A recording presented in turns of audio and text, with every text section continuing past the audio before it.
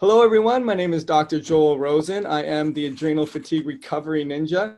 And today I'm really excited to announce our special guest, Dr. Will Cole. Dr. Will Cole, he is one of the leading functional medicine experts who consults with people around the world via webcam. And you can reach him at drwillcole.com. And locally in Pittsburgh, Pennsylvania, he specializes in clinically investigating underlying factors of chronic disease and customizing health programs for thyroid issues, for autoimmune conditions, hormone dysfunctions, digestive issues, and brain problems. Dr. Cole has been named one of the top 50 functional medicine and integrative doctors in the nation, and as a health expert for Mind, Body, Green, and Goop. Dr. Cole is the author of the book Keto Tarian, in which he melds the powerful benefits of a ketogenic diet with a plant-based one. So thank you so much, Dr. Cole, for being here today. Yeah, thanks for having me. Awesome. So, I want to kind of delve right into your book. I mean, I saw you announce this book. I'm super happy to have this book. I wish I just had the autographed version, though. But I wanted to delve into that because it's an awesome tool that I think a lot of the readers that follow me need to have in their hands, and let alone just any person that's struggling with poor health. But can you tell us a little bit about your journey, Dr. Cole, in terms of how you got on this path and why you wrote this book? Sure. Yeah, I wrote Keto Tarian. It really was born out of my own journey, and then now seeing patients, just my clinical journey of seeing patients and what works and what doesn't. And so really my journey began a long time ago in kind of the countryside of Pennsylvania outside of Pittsburgh when I was growing up. And my parents were interested in health and wellness. So I was always like immersed in that way of thinking in the context of the 80s and 90s. And so it was a little bit more, it was definitely different than it was now, but it was focused around real food. We were getting like raw grass-fed dairy at like the local farmer. We were getting sprouted things and organic stuff, and I was drinking weird herbal adaptogenic elixirs before it was Instagram sexy. It was just because we did that. So I didn't really own it for myself until I was in high school. And then it was not just something that my parents told me to do, it was something that I wanted to do for myself.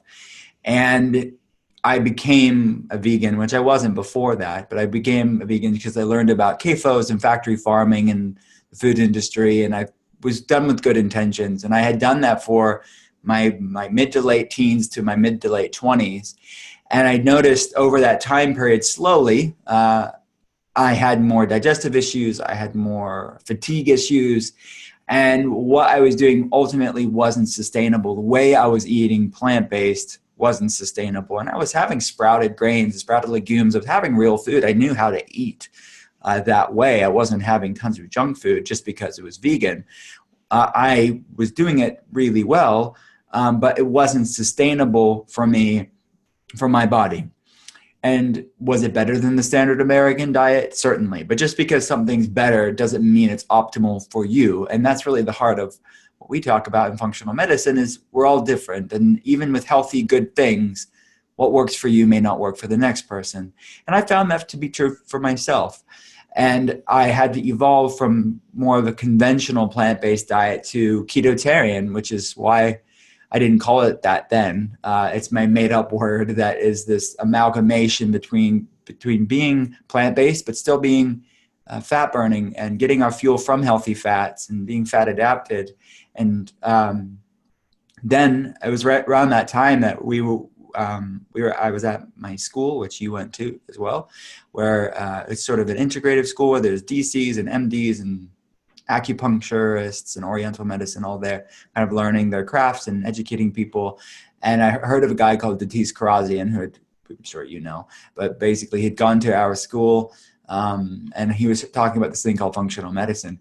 And at that point I thought, this makes sense to me. This kind of fully fits into how I see the world anyways. And it's this best of being evidence-based and running labs and being thorough And that's the best of Western medicine, I think, is running labs and getting good objective data.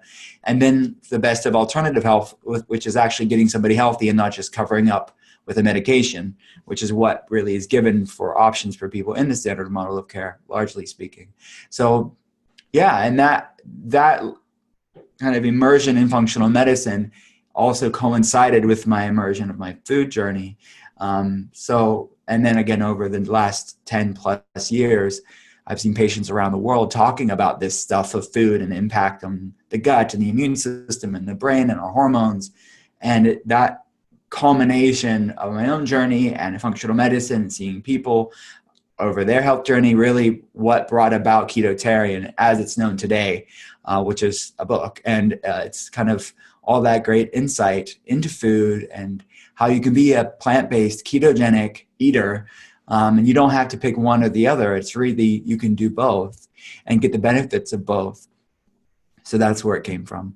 That's awesome. And, and I want to get into that too. But just as a sidestep, I wish I would have had Tatis at our school when I was going through.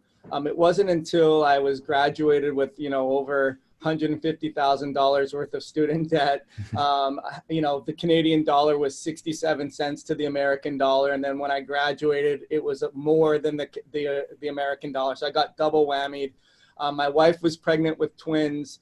She had to go on bed rest, and I just injured my back, and I was exhausted and burnt out, thinking, holy crap, how am I going to do this? I had an acupuncturist as a patient come in, and he dropped this book, Why Do I Have Thyroid Symptoms, Even Though My Blood Tests Are Normal, by Dr. Tatis. And I was like, I don't have a thyroid problem. I don't need that. So I sort of let it sit on my shelf for probably about 6 months, maybe a year. I don't remember exactly how long. And something kept dragging to me, Dr. Cole. And finally I opened it up, and it was like an epiphany. It was like, I cannot believe I've heard of adrenals, but I've never really heard of adrenal fatigue per se. I had a picture of me in there basically. And then that opened up the sort of the wormhole, if you will, of getting into, evidence-based testing and functional medicine and looking at systems in the body and so forth, which kind of brings us to, what you designed with this entire book and the entire movement. But you mentioned a little bit earlier that there's a couple of myths in terms of eating in a ketogenic way. And I like the way you detail it in your book in terms of, well, there's the hardcore keto people that make their mistakes. And then there is on the other side of the fence, the vegans that, don't want to eat, animal-based and high fats. So how were you able to put those two together? Let's talk a little bit about that, if you would. Mm-hmm. Yeah. The potential pitfalls of the ketogenic diet done conventionally, as you see it online or on social media, or maybe even some books, you'll see lots of dairy and cheese and bacon and meat.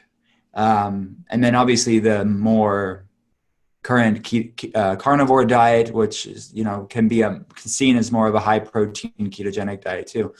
But there's a lot of that going on, a lot of cheeses and high fat dairy and bacon. And that is like seen as ketogenic, which it is high fat, low carb.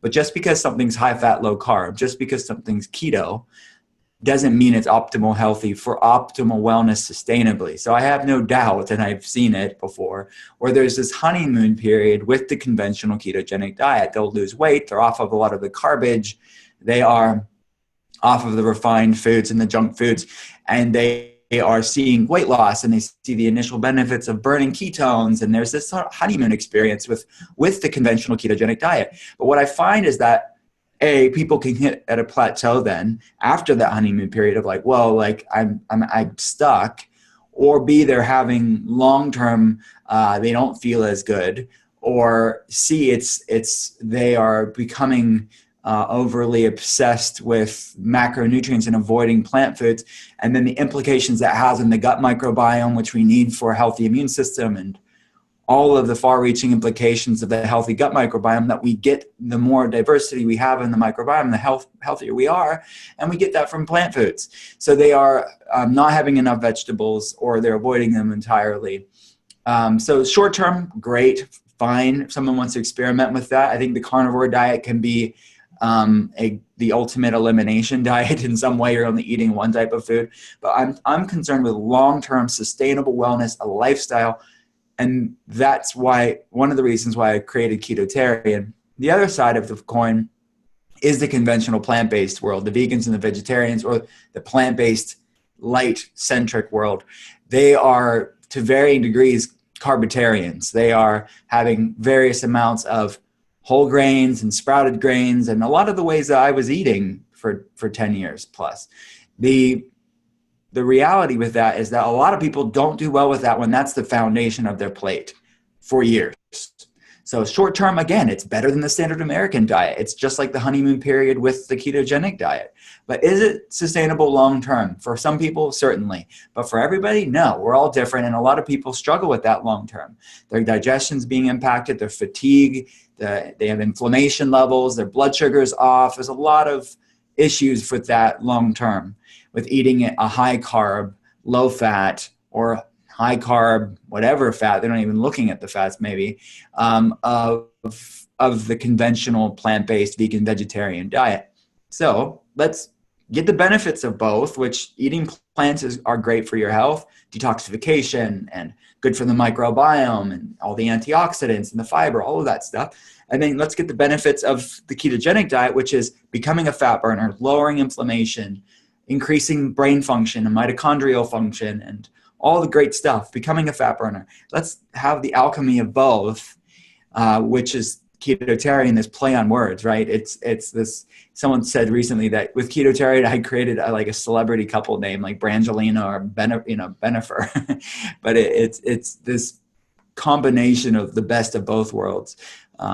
So yeah, that's what it is. No, that's incredible. And so, what I wanted to ask was, you alluded to it as well. So, in terms of becoming a fat burner versus a sugar burner, and talking about the energy systems and so forth. So if you can just get into a little bit of that. I do want to talk a little bit about how this may apply to the people that I see, which are typically those that are burnt out, exhausted, not focusing, can't handle stressors, wake up with, all the things that you see probably with the people you work with, although the people I work with have identified with the fact that the stress system has sort of worn out, or it's not functioning at all cylinders. And we say going upstream to where my audience knows that it's more than just an adrenal problem. It's actually, at the cellular level, you're not making energy or ATP at the level where demand and supply need to equal each other. And then you have a sort of a prioritization of what is the body going to do to keep the lights on at what expense. So can you tell us a little bit, Dr. Cole, about how the Keto Tarian methodology helps to become a fat burner and at the limiting of being a sugar burner? Yeah. And this is a really great, actually, that I'm talking with you about this, because your community is very based around adrenal fatigue or HPA axis issues. And that's honestly, if you look on social media and on the blogosphere, there's definitely a lot of conversation happening between the ketogenic diet and adrenal fatigue. And is it wrong to do the ketogenic diet with adrenal fatigue? And they think that it's a contraindication. You shouldn't do it. It'll create more fatigue. And that really couldn't be more further from the truth. The brain, it's a brain-based issue, as we talked before we started recording. It's a brain-based issue. It is a mitochondrial-based issue, and it's a brain hormonal axis and communication line. So there's a hormonal component to that too. Those are three mechanisms that the brain, the mitochondria, and hormones that do very, very well in a ketogenic state. So in Keto Tarian, I say to go plant-based keto. Again, it's not the conventional ketogenic diet. This is a nutrient-dense, real foods, plant-centric, but with healthy fats in it, to get your body into this fat-adapted state. Your brain, the mitochondria, hormones, they need healthy fats and nutrients to thrive. And one of the main commonalities between a lot of people with adrenal fatigue or HPA axis issues or mitochondrial issues or just chronic fatigue as a whole, inflammation is the commonality there.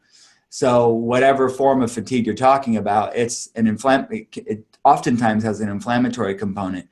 Beta hydroxybutyrate, the main ketone that your body naturally produces in this state that humans would have been in varying times of for eons, your body has that. Allow it to tap into it. This metabolic state, it is anti-inflammatory. So it drives down NF-kappa B, it drives down COX-2, it drives down these inflammasomes that are associated with all types of fatigue. So you're lowering inflammation, you're attenuating inflammation, you're also increasing pro-antioxidant pathways like the AMPK pathway, these healthy antioxidant, pro-life, pro-health pathways. So that's one thing, lowering inflammation. The second thing is that it's specifically the main ketone, beta hydroxybutyrate, can pass through the cell membrane.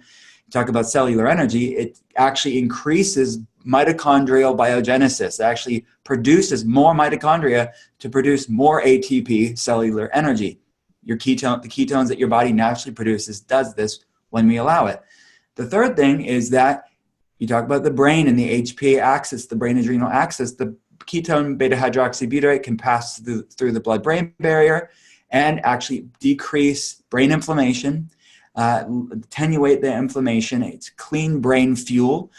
So it's instead of being a sugar burner or a fat burner, which is like the log in the fire, it's more sustainable, it's more energetic for you to last throughout the day without getting the volatility of the cortisol roller coaster and the blood sugar and the insulin roller coaster that many people in this sugar burning state find themselves on, which, I mean, that's not even talking about when you're talking about HPA axis. I think a lot of times the problem is insulin, or component of the problem is insulin and blood sugar volatility.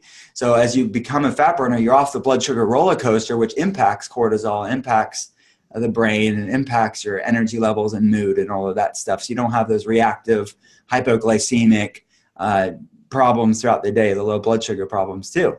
And then your hormones need fat, as you know, too. But I mean, for your listeners, that your hormones need healthy fats too. So there's a lot of really fascinating practical health applications as to why being a fat burner is an optimal state for optimal HPA axis function, adrenal fatigue, chronic fatigue, any associated problem there. So this is what I've seen over the years. I love patients getting into this metabolic efficiency and this metabolic flexibility that they've created. But after 8 weeks of being plant-based keto, getting these benefits, the mitochondrial, the brain, the lowering inflammation benefits, then from there they can find their groove. And that's really the heart of what we do, as you do too. It's the heart of functional medicine is finding out what's right for you long-term. And then from there, they can do a few personalizations to their Keto Tarian lifestyle. They could do a cyclical Keto Tarian where they're doing like 4 to 5 days in the ketogenic state, and then they moderate their carbs the other days, like 3 days a week. Some people really do well. A lot of women do really well with this, where they just cycle in and out of it, and there's sort of this flexibility and this lightness to it where they feel really great in the ketogenic state, but then maybe they do a hard workout, or they just enjoy having these certain healthy real food carbs. They'll moderate their carbs. It's not super high carbs necessarily, but it's just moderating it. And they'll go out of ketosis, but they can go back into ketosis when they want to. But they've built that metabolic flexibility over those 8 weeks of being plant-based keto that they can do that. Some people do it more of a seasonal Keto Tarian approach, where during the summer they'll have more fresh fruits in the garden and they'll just naturally be less Keto Tarian and ketogenic state. But in the winter they'll be more Keto Tarian just naturally because they're eating seasonally and they're focusing on more of the lower carb, high fat way of eating. And then that's more of a primal way of doing things. Our ancestors would have done things similarly. And then another approach is staying in ketosis longer term. A lot of times people that have insulin resistance or diabetes or brain issues or inflammation, autoimmune conditions, they won't feel good if they go out of ketosis. So they find themselves better staying in there. And they don't have the great metabolic flexibility that other people have. We're all different. So they do better staying there long term. So there's not a one size fits all approach here. You can really use this as your metabolic foundation and then fluctuate or stay the same or do it seasonally depending on where you feel the best. And that's where I think that this is really in alignment with functional medicine, because it allows you to really tailor it to your lifestyle and your body and where you feel the best. No, awesome answer. And I'm glad you provided that detail in that and in your book in terms of having the flexibility to go and really understand your body and the needs of the body. One of the things that brought in my mind was, we're always told that old adage, like you started off with, there's a lot of people in the world of functional medicine or on the blogospheres that say that it could be, the worst thing for adrenal fatigue. And, I also find that, when we're going through nutritional courses or even just going through all your schooling and so forth, some of the advice we got earlier on, it was, small meals more frequently, right? To keep that blood sugar from falling, to save the adrenals. And that I find, I guess the question I'm asking you, Dr. Cole, is how do you teach your patients to know which ones to go into and know their body and know the difference between, say, a physiological hunger and a psychological craving, where they're like, well, what do you mean I'm just going to eat a couple meals a day, or I got to eat way more fat, or I'm not going to have, small meals. Like I had a guy having 16 meals a day, getting up in the night and making sure his blood sugar doesn't plummet. So I guess the question would be, how do you help bridge the gap for patients to bring awareness that, okay, this is ultimately good. I'm going to become a fat burner versus a sugar burner, but how am I going to, lose that safety net of those small meals more frequently? Does that make sense, the question? Oh, yeah, completely. So the 6 meals a day or the 16 meals a day, the multiple small meals during the day, is not a falsehood. It's the truth. If you want to put kindling on the fire, if you want to have sugar for every meal, you're going to have a lot of small meals throughout the day if you have blood sugar issues. That is the only option you have if you're burning sugar for fuel, because it's short-lived, akin to kindling on a fire. It'll create light, it'll create fuel, but you have to keep putting it on throughout the day. So that's true. The advice that people are given in the conventional setting, in this sort of general dietitian world or the diabetic world or the real food plant-based world, that's what they say to do for blood sugar balance, because they're offering kindling. So the other alternative is putting a log on the fire, and you just have to do it less. What I find is that people that are nervous, or they are like, how can I, because all they're used to is kindling. How could I do it? Is because you're used to kindling. So it doesn't make sense when you only experience kindling on the fire. If no one's ever seen a log on the fire, they would think that's crazy. This is never going to last that long. This is going to burn up in a couple of hours. They just are kindling focused because that's all they know. But the other alternative is, once people have seen a log in the fire, like we all have seen logs in the fire, we know that this is not something to worry about. This will burn for a couple of hours. This will burn a long time, depending on how big the log is. You can go. You don't have to be nervous. The fire will be there. So this is the same association that people have to see there, is that they don't have to be nervous, because once their body becomes and starts burning that log, that fat, healthy fat for fuel, they just are naturally just more sustainable. They're not hangry. They're not fatigued. They're not having the low blood sugar symptoms anymore, because they're off of that volatility that was associated with that kindling of burning sugar. So there's just an experience thing. They just have to try it out for themselves. The problem that I find that some people should be mindful of is they get stuck in this metabolic purgatory where they're going off of all the sugar, but they're not fully calorically eating enough food, or they're not focusing enough on the healthy fats, because maybe they were so used to eating different forms of even the healthy sugars, so fruits and grains and legumes and all that stuff, the bars and the granola bars. They're off of that stuff. Then they're not eating enough food. And then they're hypocaloric. They're off of the sugar kindling, but they're not eating enough fat. So they're like in this metabolic purgatory where they feel like it's this diet's not working for me. This keto thing's not working for me. This keto-terian thing's not working for me. It's because they're going from literally tons of kindling to starving themselves, and they're not eating enough food.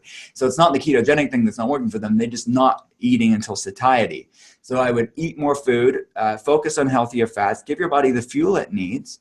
And there is no doubt that some people may have to lean into this. And in Keto Tarian, I have a lot of keeping it simple options. So if somebody's so much engrossed in that sugar burning state, it may behoove them to lean into it and not go 0 to 60 and just go stop it all at once and go right into ketogenic. I don't necessarily think that's right for everybody. I think that some people, depending on where they're at on their wellness journey, may want to just start off simple and just start off of eating generally the categories of foods we're talking about.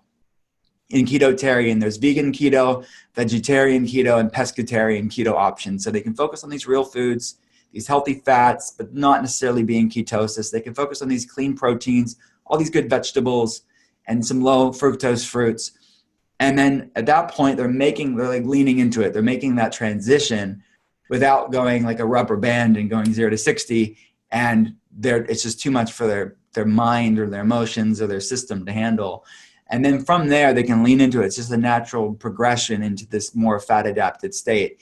So those are some things to consider. I find if people do that properly, it's going to work for people because your body will thrive in this state. It's just a matter of making that transition work for the individual, depending on where they're at. Yeah, no, awesome answer. I've used that word metabolic purgatory myself. And there's a couple other caveats to that in terms of, let's say they're doing the right things, but then, they're under stress, between finances and home life.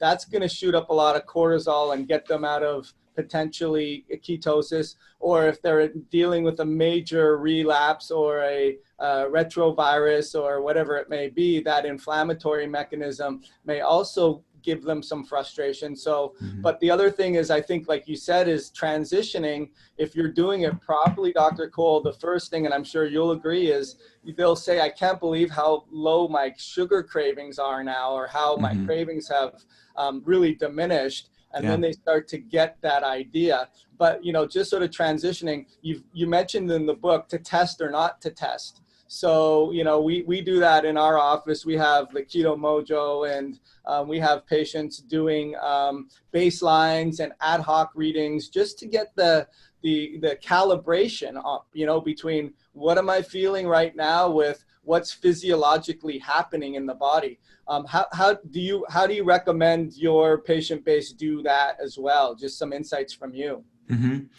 So I think the keeping it simple option for people, if they're just doing this way of eating from a lifestyle standpoint, they want to get the benefits of it, but they don't necessarily want to test. I think there's a certain group of people that don't need to test. They'll just see the natural signs that they're in fat adaptation. They're in this fat burning state. They have more energy, lower inflammation levels. They're not hangry. They're not irritable anymore. They can go longer without meals. They're losing weight. All these benefits of being in ketosis and being a fat burner. Some people, that's enough for them. They don't have to know because they're seeing the benefits in their life. So keeping it simple is where they're at, then go for that. Go for it. And then there's some people, like you're saying, that are going through health problems. You want to know they're in it for sure, or we're managing food. We're using food as more specific therapeutic tools. At that point, I would test for it, at least at the beginning, to get accustomed to, is your body in this state, especially if somebody is not making that metabolic transition as well as others. They may want to check in to see if they're hitting that mark, to see if their body's producing ketones or not. So the gold standard, like you said, is a blood and ketone meter. Keto Mojo is a great one. Measuring beta-hydroxybutyrate, which is that main ketone that all the medical research is being done, and the benefits of that. But you can do breath if someone doesn't want to do blood, like Ketonics or another brand. You can measure breath acetone, and less desirable, but still okay at the beginning, would be a urine strip to measure acetoacetate. Long term, as your body becomes more fat adapted, as you know, you may be peeing less ketones out. And really, all it's really showing you is that you're good at peeing out ketones, and you don't really know if you're burning ketones. And somebody can have a high or a lower, and it may even be small, like negligible amounts of urine ketones, but you measure their blood ketones and it's completely in optimal nutritional ketosis. So I would stick with blood and breath more optimally than the urine. But at the beginning, people want to lean into it and they don't even know if they want to do this long-term or test long-term. I think urine strips can be a good indication earlier on, and it's more inexpensive too.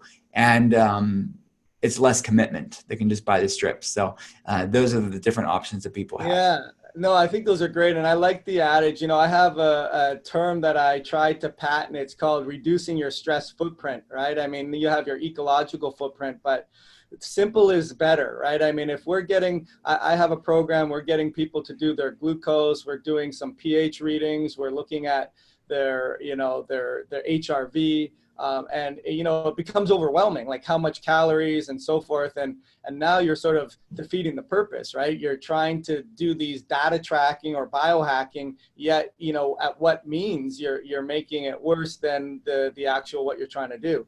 So I love that idea for sure. The last thing I guess I would ask is, you kind of get into some advanced strategies in terms of intermittent fasting.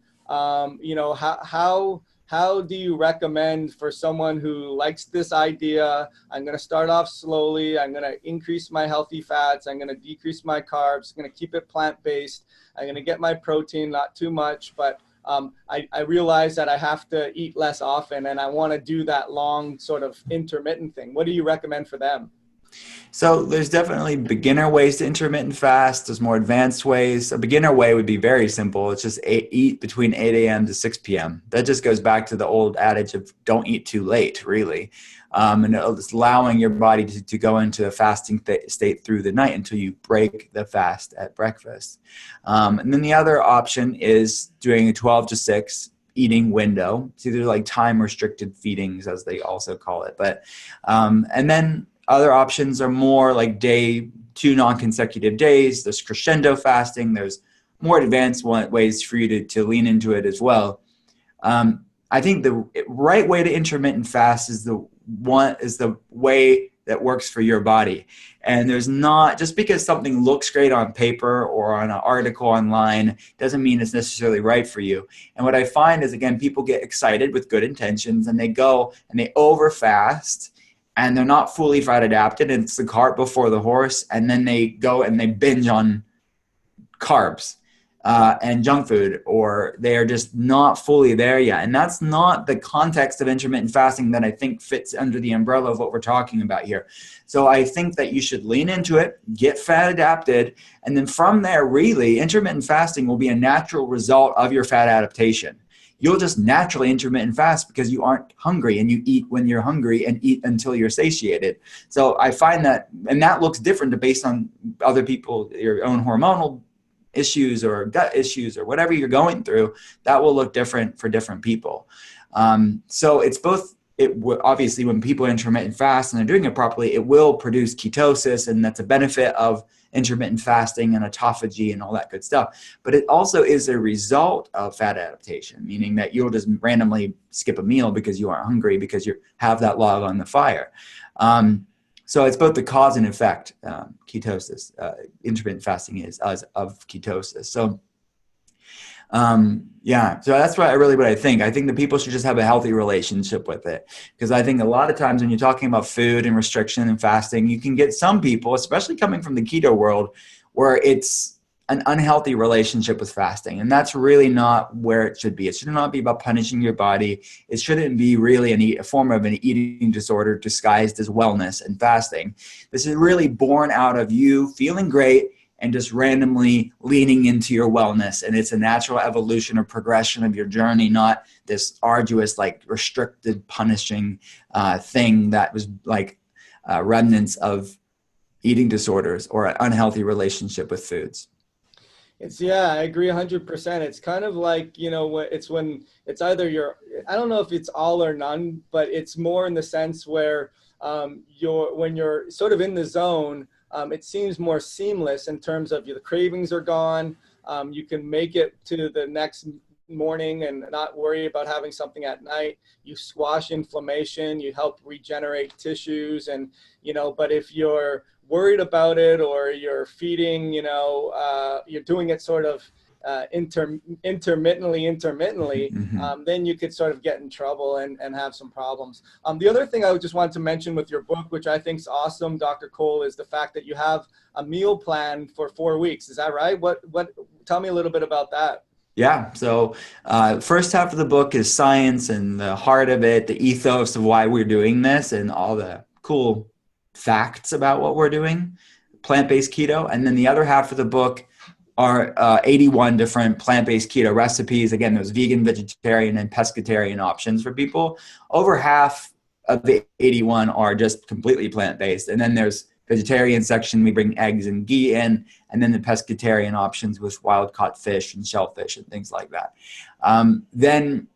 The meal plan is just putting a lot of those foods and some additional food ideas into a 4-week meal plan for people to just get a template, an idea of what it would look like. The meal plan doesn't include intermittent fasting, so your macros will shift from there. But I wanted people to just see a basic breakfast, lunch, and dinner, what that would look like with the appropriate macros if you were doing breakfast, lunch, and dinner. So that's what it is. So people can have the practical, real-life application to what that would look like. No, it's a great book. And I think I read somewhere in the foreword, someone said they wish that they would have written the book like you read them too. And I think I agree with that. No, it's an awesome book. So I always like to add, I've been doing this a lot lately. I'm a big student of Dr. Lynch and all of his stuff that he's taught with his Shy-Con and so forth. And one of the things he asks his people is, what would you have changed knowing what you know now, like say 5, 10, 15 years ago with your health journey? What would that have been, for you? I don't know. It's tough because I think that it's so cliche, but I think that what you go through and learn, it's part of the evolution. So you kind of have to accept everything for what it is, and it's time. And I think there's a bigger picture to even the small things, even the seemingly negative or mistakes. But one thing I would say different, and this doesn't apply just to my health journey in general, but just life in general, is I would pass less judgment or no judgment on other people. And saying, well, they're bad and making it a personal thing. Everyone's doing the best they can with the information they have at that moment. And when we know better, we hopefully do better. And also part of that they're on their own journey, and to kind of force it down their throats or kind of preach to them in a way that's overly dogmatic or tribal isn't helpful, because they have to have ears to hear. And you cannot care more, even if it's coming from a good place, you cannot care more for their health than they do. And I just feel like giving yourself grace, giving other people grace, I think is one lesson that I wish I would have done more of, that I'm learning now, that it's more important than we give it credit for. Yeah, no, that's wonderfully said for sure. So, all right, well, Dr. Cole, I really thank you for spending this time with me. So they can reach you at Dr. Will Cole, that WILLCOLE.com, right? Is that correct? Yeah, Dr. Will Cole, drwillcole.com. Yeah. And then you're selling the book on your site, but they can also get that from whatever, like Amazon and so forth. Yeah. And we actually, at drwillcole.com, it's just a landing page with all the links. So we're not actually selling it on the site, but it's the links for Barnes & Noble, Amazon, Indie Books, all of those different links. Right. And the book is called Keto Tarian. So if you guys are going to watch this, it's KETO and then TARIAN, Keto Tarian. And I just really want to thank you so much, Dr. Cole, for joining me today. And I hope you have an awesome day and a really productive week and year coming up. Thanks so much for having me. Thanks, Dr. Cole.